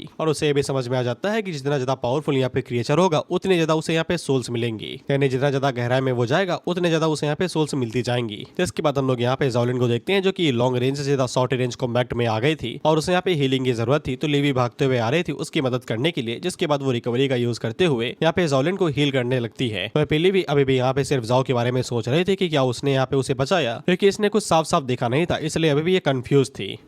वहीं पे सुहान इन लोगों के ऊपर नजर बनाए हुई थी और वो हम लोगों को बताती है कि इन लोगों की जो कॉम्बैक्ट पावर है वो पूरी बढ़िया है, लेकिन इनका जो टीम वर्क है वो पूरी तरीके से खराब है, खासकर लीरुई का। एज अ टीम कैप्टन और टैंक उसका फोकस सिर्फ यहाँ पे अपनी किल्स के ऊपर ही है। वो अपनी टीम की बिल्कुल भी चिंता नहीं कर रहा है। उसका हाई लेवल उसके जो गियर है यहाँ पे उन्होंने उसको बेवकूफ बना दिया है। उसे लग रहा है कि वही यहाँ पे बाहुबली है, लेकिन फिशर्स इतने भी सिंपल नहीं है। अगर वो लोग जल्दी से यहाँ पे रीग्रुप नहीं होते हैं तो फिर ये पूरा टेस्ट ही पूरी तरीके से खराब चला जाएगा। जिसके बाद हम लोग लीरुई को देखते हैं और इसको लग रहा था कि यहाँ पे बाहुबली है, तो ये एक दो मॉन्स्टर को तो इजीली मार लेता है और इसको लगता है कि ये अकेले इस फिशर को यहाँ पे क्लियर कर सकता है। उतने में ही इसके पीछे एक नया वुल्फ आता है, तो ये उसे जान जाता है कि वो उसके पीछे खड़ा है। तो वो उसके ऊपर हमला करते हुए कहता है तुम्हें क्या लगा मुझे पता नहीं चलेगा। लेकिन जब वो शॉट उस वुल्फ के ऊपर मारता है तो वो वुल्फ के ऊपर कुछ भी असर नहीं पड़ता, उल्टा रिलीव की जो शॉट थी वही बाउंस होकर पीछे चली जाती है। दरअसल ये नए टाइप के वुल्फ थे, ये भी डी रैंक के थे, लेकिन ये रॉक वुल्फ थे, तो इनकी पूरी बॉडी के ऊपर पत्थर की लेयर थी, इसलिए नॉर्मल वेपन इनके ऊपर किसी भी काम के नहीं थे। जिसके बाद वो रॉक वुल्फ यहाँ पे लीरुई के ऊपर हमला करते हैं और उसके आर्मर को भी पूरी तरीके से यहाँ पे डैमेज करने लगते हैं। इसलिए वो डर के मारे चीखने और चिल्लाने लगता है, जिससे ज़ोलिन और लीवी उसकी तरफ आगे तो बढ़ रहे थे, लेकिन उसके चिल्लाने की वजह से आसपास के जो बाकी वुल्फ थे वो भी यहाँ पे इनके ऊपर ध्यान देने लगते हैं और उनकी तरफ आगे बढ़ने लगते हैं। वहीं पे लीरुई चिल्लाते हुए लीवी से कह रहा था कि जल्दी से मुझे हील करो, तो लीवी उससे कहती है कि तुम काफी दूर हो। तो वो बोलता है कि पैर नहीं है क्या तुम्हारे पास, जल्दी से यहाँ पे आओ। जिसके बाद वो ये धमकी लेने लगता है कि अगर उसे कुछ हो गया तो फिर वो लोग इस टेस्ट को फेल कर जाएंगे और ये सारी उन लोगों की गलती रहेगी। वहीं पे ज़ोलिन यहाँ पे लीवी से कहती है कि उसे वहाँ पे जाने की कोई भी जरूरत नहीं है, लेकिन लीवी काफी ज्यादा घबरा गई थी और वो शॉक स्टेट में जा चुकी थी। उतने में एक रॉक वुल्फ उसके ऊपर हमला करने वाला था। वहीं पे सुहान भी लीरुई से पूरी तरीके से डिसअपॉइंट हो गई थी कि इस तरीके से बुलाने से यहाँ पे लीवी की जान खतरे में पड़ सकती है, इसलिए वो यहाँ पे इन लोगों की मदद करने के लिए आगे बढ़ती है, भले ही टेस्ट फेल हो जाए। लेकिन तभी वो रुक जाती है क्योंकि इतने में यहाँ पे जाओ बीच में आ गया था, जो कि लीवी के हुड को पकड़ता और उसे पीछे खींचता है। जिसके बाद अपने आर्मर वाले हाथ से यहाँ पे उस डीमन वुल्फ के मुंह को पकड़ता है और इतनी फोर्स लगाता है कि डीमन वुल्फ का जो मुंह था वो ही यहाँ पे क्रैक पड़ जाता है और वो मारा जाता है। और क्योंकि ये पहले वाले वुल्फ से ज्यादा स्ट्रॉन्ग था इसलिए यहाँ पे जाओ को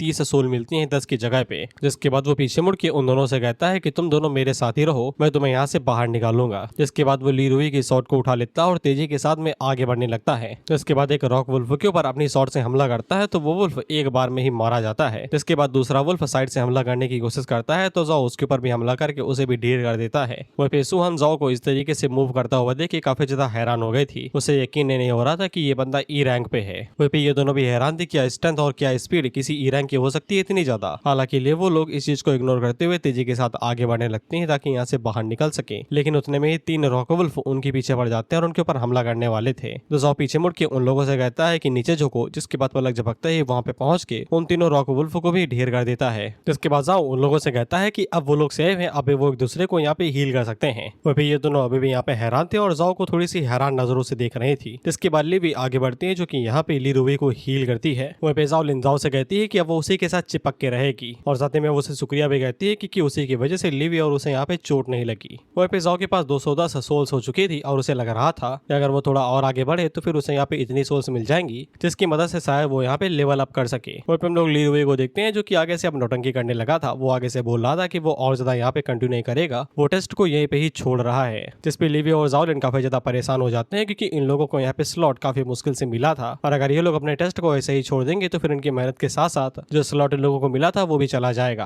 हालांकि ली रुई आगे से ये चिल्ला रहा था कि वो आगे रह के यहाँ पे सभी मॉन्स्टर्स को मार रहा था और वो लोग पीछे खड़े होकर यहाँ पे सिर्फ आराम कर रहे थे और वो लोगों को यहाँ पे यूजलेस बुला रहा था। उसे लग रहा था कि वो यहाँ पे इन सभी चीजों को सपोर्ट कर रहा है। जिसपे जाओलिन का मत्था गर्म होने लगता है। ये कहते हुए कि साला इसी की वजह से मरने वाले थे और ये साला 4 गुनी बता रहा है। हालांकि लिवी उसे रोक लेती है। लिवी उन लोगों से कहती है कि इन लोगों को दोबारा रीग्रुप हो जाना चाहिए, लेकिन ली रुई नहीं मान रहा था। वो आगे से कहता है कि वो एक टैंक है और वो उसी की वजह से यहाँ पे काफी ज्यादा इंजर्ड हो गया है। वो सभी लोग कचड़े हैं और उसके बिना वो लोग कुछ भी नहीं कर पाएंगे। वहीं पे वो मन के अंदर सोचता है कि साला इन लोगों की हिम्मत कैसे वो मुझसे उल्टा जवाब देने की। अब इन्हें पता चलेगा कि मैं कितना ज्यादा जरूरी हूँ। जब तक ये भीख नहीं मांगेंगे तब तक मैं कुछ भी नहीं करूंगा। उतने में ही जाओ उससे कहता है कि अगर ऐसी बात है तो फिर तुम हमारा यहीं पे इंतजार करो, मैं टैंक बनूंगा। जितनी भी चीज है वो मैं फिनिश करके आता हूँ, तब तक तुम यहीं पे ही बैठो। जिसपे वो लोग उससे पूछते हैं कि तुम्हें टैंक बनना है क्या। जिसपे जाओ आगे से कहता है कि हाँ, अगर टीम को आगे बढ़ने की जरूरत है तो फिर मैं आगे बढ़ा सकता हूँ। और वो मन में सोचता है कि उसको यहाँ पे और भी ज्यादा अंदर जाना है तो शायद से वो यहाँ पे लेवल अप कर सके इससे पहले कि यहाँ पे टेस्ट शुरू हो जाए। हालांकि ली रुई अभी भी उसकी बेइज्जती करे जा रहा था। ये कहते हुए कि तुमने एक शॉट का इस्तेमाल करके कुछ वुल्फ को क्या मार लिया, तुमको यहाँ पे बाहुबली समझ रहे हो क्या। बिना किसी गियर के तुम कुछ भी नहीं कर पाओगे फाइनल बॉस के सामने। हालांकि जाओलिन और ली भी यहाँ पे जाओ के सपोर्ट में थे। वो आगे से कहते हैं कि हम इसके साथ जाना चाहेंगे। ली रुई उन लोगों से कहता है कि तुम्हें इसकी बातों के ऊपर यकीन भी है क्या, इसके पास कोई भी गियर नहीं और ना ही पोटेंशियल है। हालांकि जाओलिन आगे से कहते हैं कि उन्होंने यहाँ पे उसकी स्किल्स को देखा है और वो लोग एक बार तो इसे ट्राई करना ही चाहेंगे। उन लोगों ने इतनी ज्यादा मेहनत की इस स्लॉट को हासिल करने में तो वो लोग इतनी जल्दी गिव अप नहीं करेंगे। और साथ में वो ली रुई की बेइज्जती भी करती है। ये कहते हुए कि कम से कम वो तुमसे तो ज्यादा रिलायबल ही है, जो कि छोटा सा कट लगने पे बच्चों की तरीके चीखने चिल्लाने लगता है। अगर साथ में नहीं आना है तो चुपचाप यहीं पे ही बैठो। जिसके बाद वो जाओ से कहती है कि इसको छोड़ो, हम लोग आगे बढ़ते हैं। वो पे ली रुई का मुंह बन जाता है। ये कहते हुए कि मैं कैप्टन हूँ, तुम्हारी हिम्मत कैसे हुए मुझे इस तरीके से इग्नोर करने की, तुम सभी लोग पछताओगे। जिसके बाद अगला सीन यहाँ पे रॉक वुल्फ का होता है। वह पे जाओ की लीडरशिप में जाओलिन और बाकी सभी लोग अच्छे से काम कर रहे थे। कुछ वुल्फ अटैक करने को आगे बढ़ रहे थे तो जाओलिन जल्दी से उनके ऊपर एरो शूट करके उनके अटैक को रोक देती है और उतने में जाओ आगे से यहाँ पे अपनी एबिलिटी का यूज करते हुए उनके ऊपर एक एक पंच मारता है और उन्हें यहाँ पे ढेर कर देता है। वह पे दोनों लड़कियां जब एक वुल्फ को निपटाने में बिजी थी उतने में ही एक वुल्फ पीछे से उनके ऊपर हमला करता है। लेकिन जाओ रॉक वुल्फ का इस्तेमाल करते हुए उसके ऊपर दे मारता है और उसको एलिमिनेट कर देता है, जिससे वो उन दोनों को बचा लेता है और उनसे पूछता भी है कि वो दोनों ठीक तो है ना। जिसपे वो बताते हैं कि वो पूरी तरीके से ठीक है और उन लोगों ने इस इलाकों को पूरी तरीके से क्लियर कर लिया था। वह इन लोगों ने लगभग इतने समय यहाँ पे 40 से 50 वुल्फ को भी मार गिराया है और ऐसा सब कुछ सिर्फ जाओ की वजह से ही हो रहा था क्योंकि जाओ यहाँ पे टैंक के तरीके काम कर रहा था। तो फिर इन लोगों को यहाँ पे अपनी चिंता करने की जरूरत नहीं है, ये लोग इजीली मनमर्जी के हिसाब से कुछ भी कर सकते हैं। वह पे धीरे धीरे करके ये लोग फाइनल एरिना तक पहुंचने लगते हैं जहाँ पे इन लोगों का मुलाकात फाइनल बॉस से होगी। उतने में ही जाओलिन यहाँ पे जाओ से पूछती है कि तुम्हारे हाथ पे ये जो नीला नीला कलर का कुछ आता है जिसके दौरान तुम फाइट करते हो, ये क्या चीज है और ये लगातार गायब भी हो जाता है, मैंने आज तक पहले ये कभी देखा भी नहीं है। लिवी आगे से जाओ से यही पूछती है। वह पे जाओ को यकीन नहीं था कि ये लोग इस चीज को नोटिस कर लेंगे और वो इन्हें समझा भी नहीं सकता है कि ये दिया हुआ गिफ्ट है और मैं भूल गया भाई ये किस डीमन लॉर्ड का गिफ्ट था, सातोत या फिर काडारा, पता नहीं। इसलिए जाओ इन लोगों से ये कहता है कि अचानक से एक दिन मेरे हाथ के ऊपर आ गया और मुझे पता भी नहीं है कि क्या है। जाओलिन को ये लगता है कि ये एक आर्मर है जो कि यहाँ पे अटैचमेंट टाइप के इफेक्ट के साथ में आता है और ये एक तरीके से पोटेंशियल होता है और इसीलिए जाओ ने शायद से यहाँ पे टैंक बनने के बारे में बोला था, ऐसा जाओ को लगता है। वहीं पे लीवी आगे से कहती है कि तुम डी रैंक पे भी नहीं पहुंचे और इतने जल्दी तुमने अवेकन भी कर लिया, जिस पे जाओ इन लोगों के साथ हामी ही बढ़ता है क्योंकि वो कुछ बोलना भी तो नहीं चाहता। जॉलिन तो जाओ से कहती है कि तुमने हमसे झूठ बोला था क्या, जब तुम ज्वाइन कर रहे थे तब तुमने बोला था कि तुम्हारे पास पोटेंशियल नहीं है। जिस पे लीवी आगे से बताती है कि शायद से इसे पता ही ना हो और वैसे भी अर्लियर अवेकनिंग काफी ज्यादा रेयर होती है। जिसके बाद वो जाओ से ये भी कहती है कि तुम्हारे पास पोटेंशियल है तो फिर तुम्हें यहाँ पे रिपोर्ट करना चाहिए जब तुम टीम को ज्वाइन करते हो, जिससे टीम वाले तुम्हें हल्के में नहीं लेंगे। और इतने समय कई सारे मेंबर्स हैं जो कि यहाँ पे टैंक है वो हमेशा हाई डिमांड में रहते हैं, इसलिए तुम्हें काफी सारे पैसे भी मिलेंगे। हालांकि जाओ टैंक बनने में बिल्कुल भी इंटरेस्टेड नहीं था, बेसिकली वो टीम को ही ज्वाइन करने में इंटरेस्टेड नहीं था। टीम के अंदर वो कई सारे यहाँ पे अपने एनिमीज को खो देता है, इस वजह से उसे सोल्स का घाटा होता है। अगर वो फिशर्स को यहाँ पे अकेले क्लियर करे तो फिर उसे कई सारी सोल्स मिलेंगी। वहीं पे जाओ को लगता है कि अगर उसके पास 2000 सोल्स हो जाए तो फिर शायद से वो लेवल अप कर सकता है। वहीं पे हम लोग सुहान को देखते हैं जो कि अभी भी इन लोगों का पीछा कर रही थी और वो यहाँ पे जाओ की लीडरशिप से काफी ज्यादा इंप्रेस थी, क्योंकि उसकी जितनी भी कमांड थी वो सभी पॉइंट पे थी और वो यहाँ पे लीरोवे से काफी बढ़िया कैप्टन था। और उसे यकीन हो जाता है कि इस लिलिन यहाँ पे इतना ज्यादा फोर्स कर रही थी जाओ को उनकी टीम के अंदर घुसाने के लिए। उतने में उसका ध्यान यहाँ पे लीरोवे के ऊपर पड़ता है जो कि इतने समय अपने प्रेजेंस को छुपाए हुए लगातार उनका पीछा करते हुए जा रहा था और सुहान को अभी नहीं पता है कि ये साला करना क्या चाहता है उनके साथ में। जिसके बाद हम इन तीनों को देखते हैं जो कि फाइनल एरिना तक पहुंच जाते हैं और यहीं पे इनकी फाइनल फाइट होने वाली है। तो फिर बॉस अभी तक आया नहीं था तो फिर लीवी को लगता है शायद से उन लोगों ने बॉस को पहले ही हरा दिया है जब वो यहाँ पे आ रहे थे।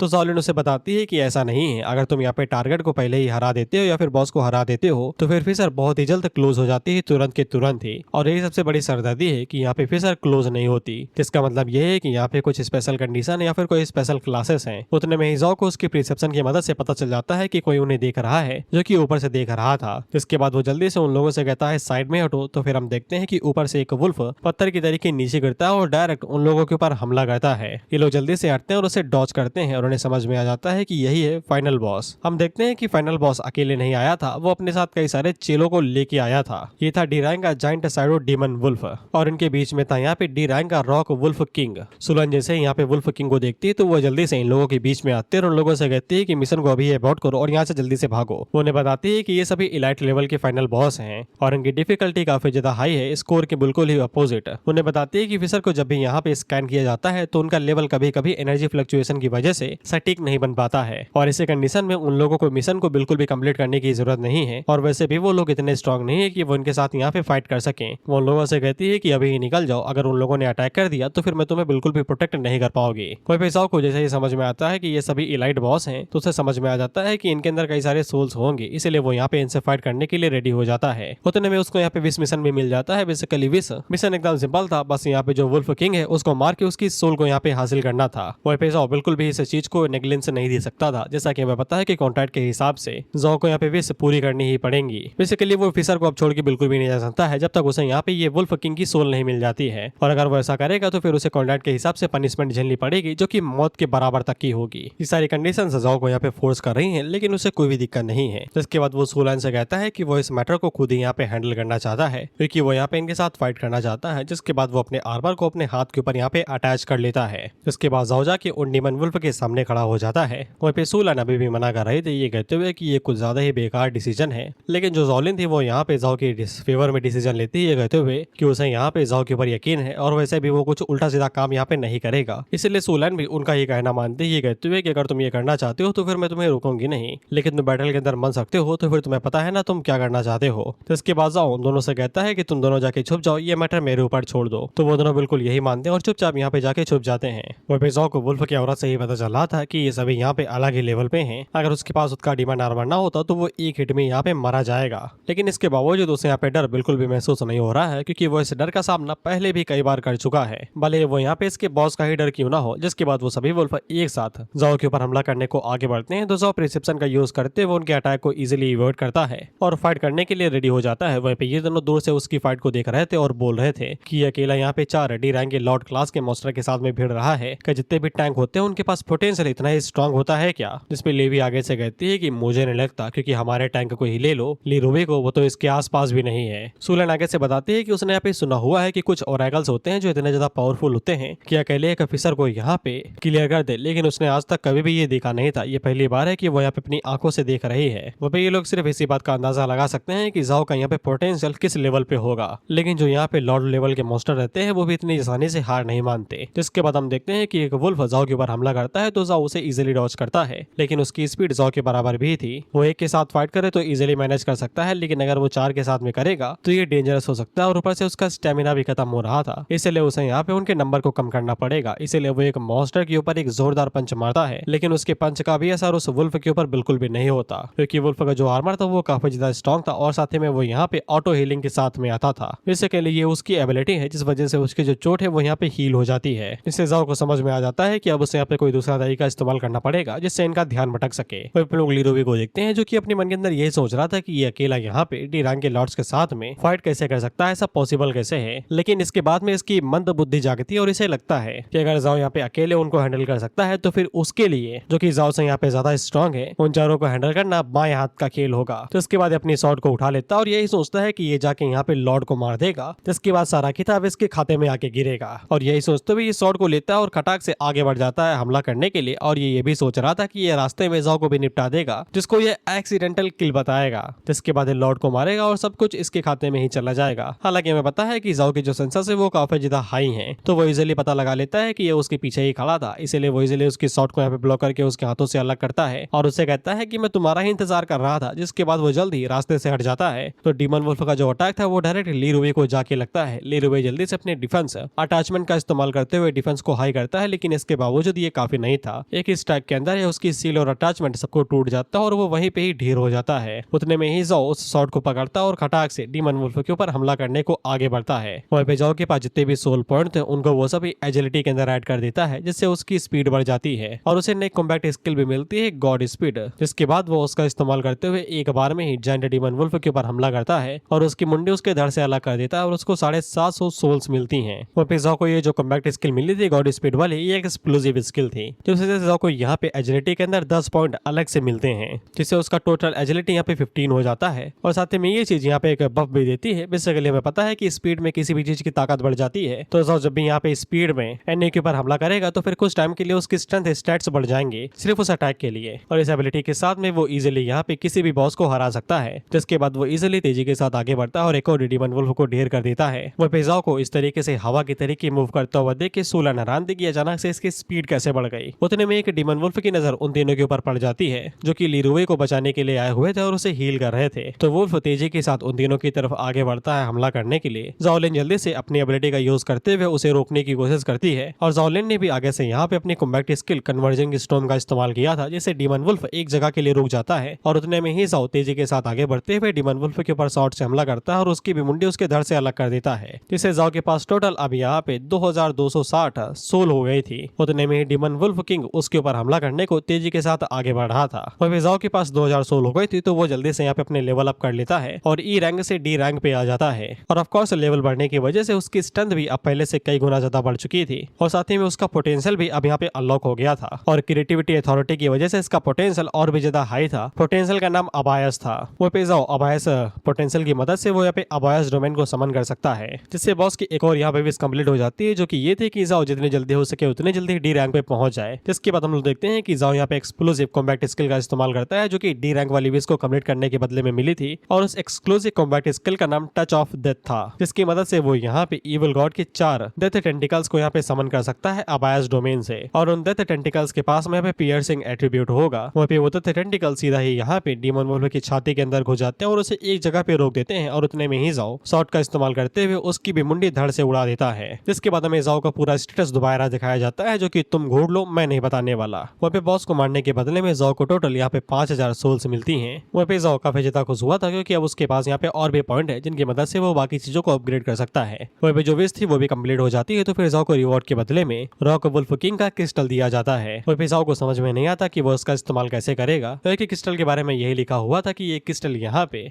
रॉक वुल्फ की पावर को कंज्यूम करके बनाया गया है। अब वो इसका कैसे इस्तेमाल करेगा जाओ को ये पता नहीं था। उतने में ही बाकी लोग यहाँ पे आते हैं, तो जाओ जल्दी से उस क्रिस्टल को अंदर छुपा लेता है। और फिर वो लोग जाओ की तारीफ कर रहे थे कि उन्हें तो यकीन नहीं हो रहा कि उसने अकेले ही यहाँ पे बॉस को हरा दिया। और वो पूछती है कहीं इसकी सेकंड फेज तो नहीं है, कहीं हम लोग दोबारा तो नहीं फंस जाएंगे। लेकिन तभी सूलन आगे से बताती है कि एनर्जी फ्लक्चुएशन स्टेबलाइज हो गया है, यानी कि लॉर्ड मारा गया है और फिशर पूरी तरीके से क्लियर हो चुकी है। और उन लोगों ने टेस्ट को भी पास कर लिया है, जिससे वो दोनों ही खुश हो जाती हैं और दूसरे को गले लगा लेती हैं, क्योंकि उन्हें कभी लगा ही नहीं था कि वो लोग इस यहाँ पे टेस्ट को पास भी कर पाएंगे। वहीं पे जाओलिन तो जाओ को शुक्रिया करने लगती है, क्योंकि उसी की वजह से ही वो लोग टेस्ट को पास कर पाए हैं, क्योंकि वो उन्हें कांधे पे लाए हुए यहाँ तक खींच के लेके आया है। वहीं पे सूलन आगे से कहती है है कि वो जा रही है रिजल्ट को यहाँ पे रिपोर्ट देने के लिए, जिसके बाद सुलन इन लोगों को यहाँ पे इनकी परफॉर्मेंस और साथ में इन्हें क्रेडिट पॉइंट देगी। क्रेडिट पॉइंट ऐसे ही अर्न किए जाएंगे अकेडमी के अंदर। लिविया और जोलन की बारी आती है तो फिर इन्हें 5 क्रेडिट पॉइंट मिलते हैं इनकी परफॉर्मेंस की वजह से। इन दोनों को तो इस बात के ऊपर यकीन नहीं हो रहा था क्योंकि इन लोगों ने ज्यादा कुछ किया ही नहीं। तो सुलन आगे से बताते हैं कि तुम लोगों ने काफी कुछ किया है, तुम्हें यहाँ पे तुम्हारी लिमिट्स के बारे में पता था, तुमने यहाँ पे सारे पोजिशंस को अच्छे से फॉलो किया, तुम पूरी तरीके से शांत थे इमरजेंसी के दौरान में भी और गिव अप नहीं किया और अपने लीडर का कहना माना। ये सब कुछ मायने रखता है टीम वर्क के दौरान में। जिसके बाद वो जाओ की तरफ मुड़ती है और उससे कहती है कि तुमने परफेक्ट स्कोर किया है। मैंने कई सारे फ्रेशमैन देखे लेकिन तुम्हारे जैसा आज तक नहीं देखा जिसके पास इतनी कमाल की स्किल्स हो और साथ ही में स्ट्रॉन्ग लीडरशिप भी हो। उसको यहाँ पे पूरे 10 क्रेडिट पॉइंट मिलते तो मिलते ही हैं, साथ ही में यहाँ पे लीरुवे के जो 5 पॉइंट थे वो भी यहाँ पे जाओ को मिल जाते हैं, जिससे टोटल यहाँ पे जाओ के पॉइंट 15 होते हैं। ये सुन के यहाँ पे लिविया और जाओलिन काफी ज्यादा हैरान होते हैं क्योंकि आज तक किसी भी फ्रेशमैन को इतना ज्यादा हाई स्कोर नहीं मिला है, जिसके लिए जाओ आगे से शुक्रिया बोलता है।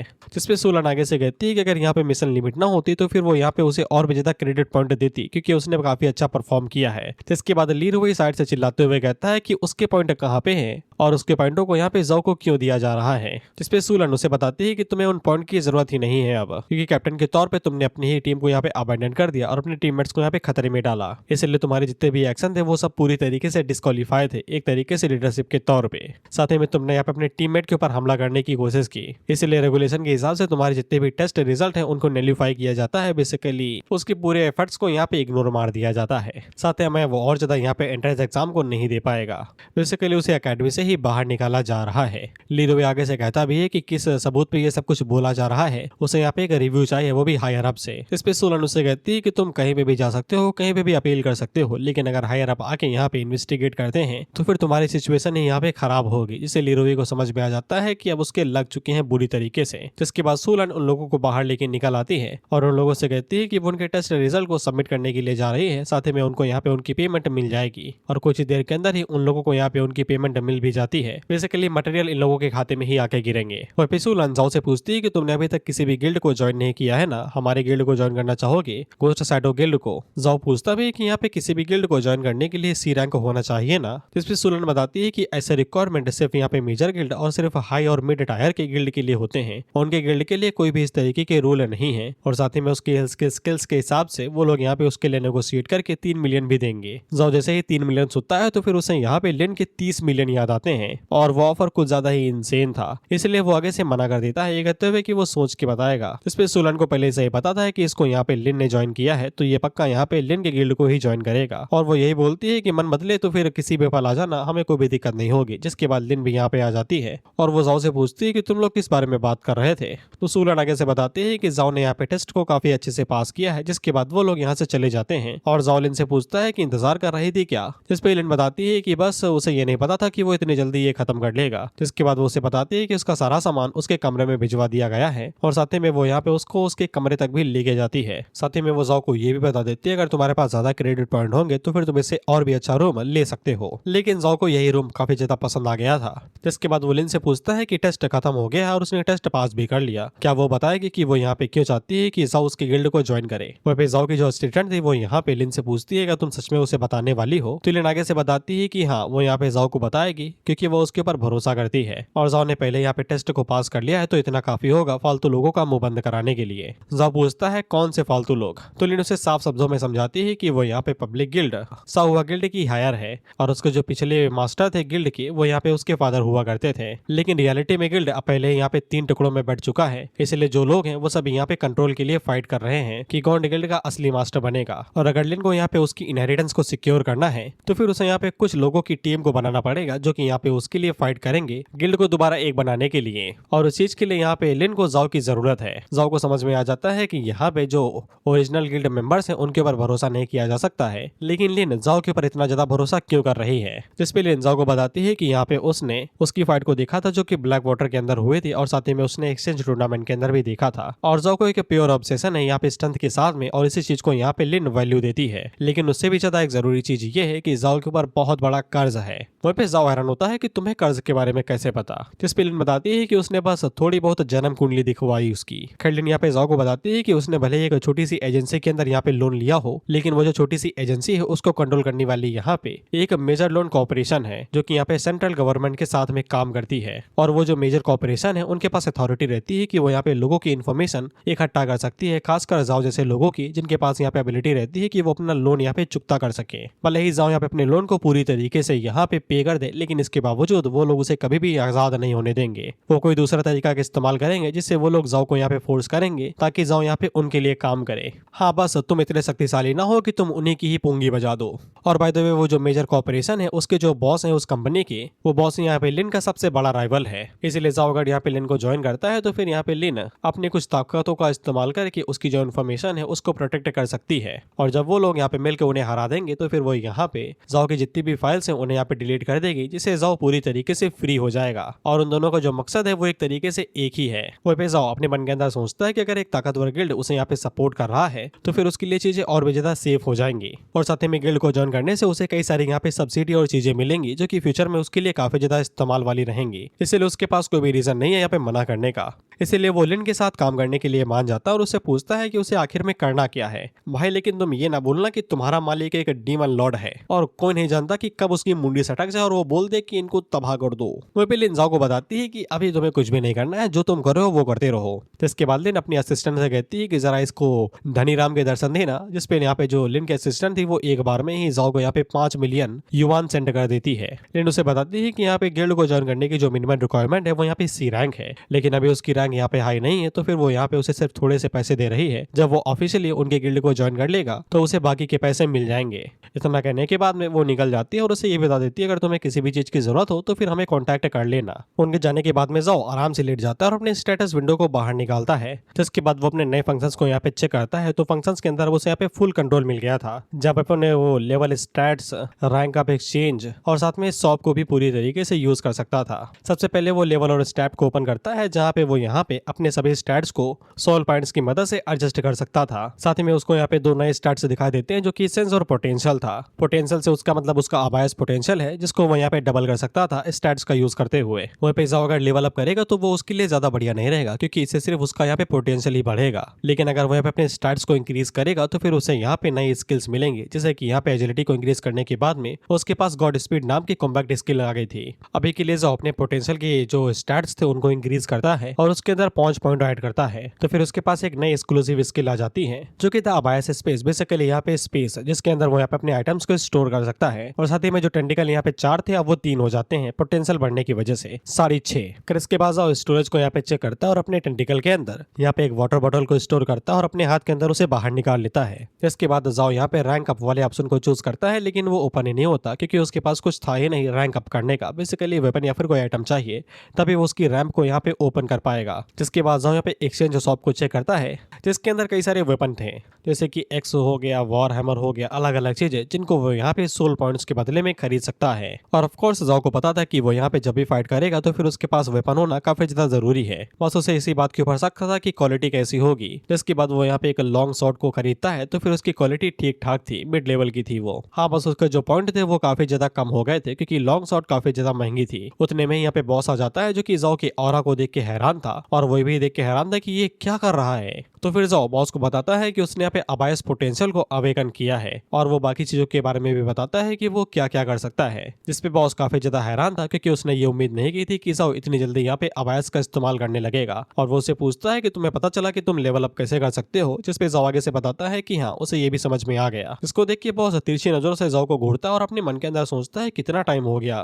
जो ये सब कुछ इतनी जल्दी जल्दी सीख रहा है। खैर जो भी हो इससे मुझे ही फायदा होगा क्योंकि अगर अब जाओ यहाँ पे ऑफिसर्स के अंदर जा सकता है तो फिर अब बॉस यहाँ पे पूरी तरीके से जाओ को कंट्रोल कर सकता है उसका काम करवाने के लिए। जिसके बाद अगला सीन लेवल असेसमेंट डिपार्टमेंट का होता है। वो पे बॉस उससे पूछता है कि तुम यहाँ पे क्यों बैठे हुए हो, तो जाओ से बताता है कि तुमने ही तो बोला था ना कि मुझे यहाँ पे लगातार ऑफिसर्स के अंदर जाना पड़ेगा, तो फिर मैं यहाँ पे सर्टिफिकेट लेने के लिए आया हुआ हूँ ताकि मुझे जल्दी जल्दी मिशन मिल सके। जिसके बाद यहाँ पे जाओ का नंबर आ जाता है। तो फिर जो असिस्टेंट थे वो यहाँ पे जाओ से कहते हैं कि तुम फ्रेशमैन हो ना, इसी साल आए हो यहाँ पे। कई सारे लोग यहाँ पे डी रैंक को इतनी जल्दी पहुंच नहीं पाते जितनी जल्दी तुम पहुंच गए हो। जिसके बाद वो उसे यहाँ पे रेटिंग्स के बारे में बताने लगती है कि यहाँ पे ये जो मशीन है वो उसकी पोटेंशियल को यहाँ पे टेस्ट करेगी और साथ ही में उसकी रेयरिटी को भी कि उसका पोटेंशियल कितना ज्यादा रेयर है। जिसके बाद वो उसके कलर के हिसाब से यहाँ पे उसे क्लासीफाई किया जाएगा कि उसे सिल्वर मिलेगा, गोल्ड मिलेगा या फिर प्लेटिनम मिलेगा या फिर लेजेंडरी टाइप में मिलेगा। जितना ज्यादा हायर उसका रेयरिटी होगा उतना ज्यादा स्ट्रॉन्गर उसका यहाँ पे पोटेंशियल होगा, जिसके बाद उसे उतना ज्यादा ही यहाँ पे सपोर्ट मिलेगा। वहीं पे वो साथ में ये भी बता देती है कि अगर तुम्हें यहाँ पे लो रेयरिटी मिल जाए तो फिर हैरान ना होना क्योंकि तुम यहाँ पे दोबारा आ सकते हो अपनी सेकंड अवेकनिंग के लिए और फ्यूचर में शायद से तुम्हारा यहाँ पे रेयरिटी हाई हो जाए। और फिर हम लोग दो लौंडों को देखते हैं जिनमें से एक को तो सिल्वर मिला था और दूसरे वाले को ब्रोंज मिला था। तो दोनों के रिएक्शन ही तुम्हें पता चल रहे होंगे। जिसके बाद वो असिस्टेंट जाओ से कहती है कि जरा इसमें हाथ फेरना, तो फिर जाओ अपना हाथ फेरता है तो फिर जितने भी कलर थे वो पूरी तरीके से मेल फंक्शन करने लगते हैं। बेसिकली यहाँ पे सतरंगी बन गया था वो, और साथ ही में उसका जो टेस्ट पैनल था वो भी यहाँ पे ग्लिच कर रहा था।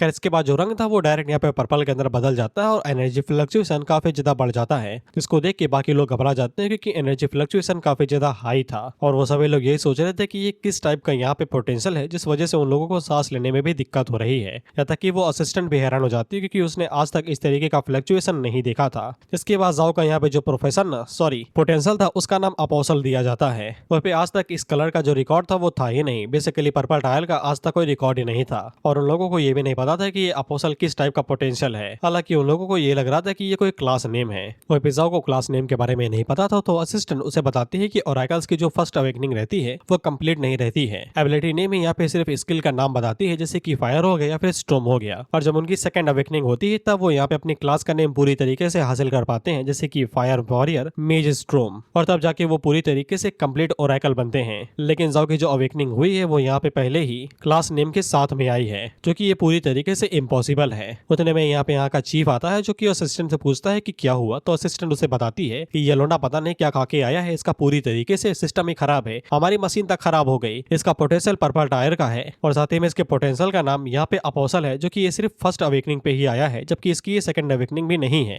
जिसपे चीफ कहता है कि जरा मुझे दे, नाम मैं खुद ही चेक करता हूँ। जिसके बाद वो भी जब चेक करता है तो हैरान हो जाता है और वो डायरेक्ट बता देता है कि ये नया लेवल है। जिसके बाद चीफ आगे बात करता है और साथ ही में यहाँ पे जाओ का जो ब्लैक कार्ड था उसके ऊपर भी यहाँ पे जो पर्पल कलर था वो इम्प्रिंट हो गया था अपने आप ही। लेकिन चीफ को इससे कोई भी दिक्कत नहीं थी। जिसके बाद वो लोग जाओ के पास जाते हैं और उसे बताते हैं कि उसका जो पोटेंशियल है आज तक वो हिस्ट्री में कभी भी देखा नहीं गया, इसलिए उन लोगों के पास इसकी कोई भी इन्फॉर्मेशन नहीं है। इसलिए वो लोग एग्जैक्टली अभी जाओ को यहाँ पे कोई रैंकिंग भी नहीं दे सकते हैं। इजिली हाई अरब्स ने यहाँ पे उसकी जो क्लास है उसको यहाँ पे यूनिक टायर के अंदर डाल दिया है। जिसके बाद जैसे उन लोगों को यहाँ पे उसके पोटेंशियल के बारे में ज्यादा इन्फॉर्मेशन मिलती है तो ऐसे ही वो लोग उसे यहाँ पे रेटिंग दे देंगे। अभी के लिए उसकी जो यहाँ पे परफॉर्मेंस रहेगी उसी के हिसाब से उसे यहाँ पे रेटिंग दी जाएगी और इन्फॉर्मेशन इकट्ठा की जाएगी। वहीं पे जाओ अपने मन के अंदर सोचता है कि ये पर्पल टायर शायद से क्रिएशन अथॉरिटी की वजह से आया होगा। और इसी के साथ ये वीडियो यहीं पे खत्म होता है। हम लोग आगे देखेंगे कि आगे क्या होता है और आगे वाले एपिसोड में तुम्हें पता चलेगा कि मैं क्यों बोल रहा था कि इसके पास संग जिन्हों जैसी भी शक्तियां हैं।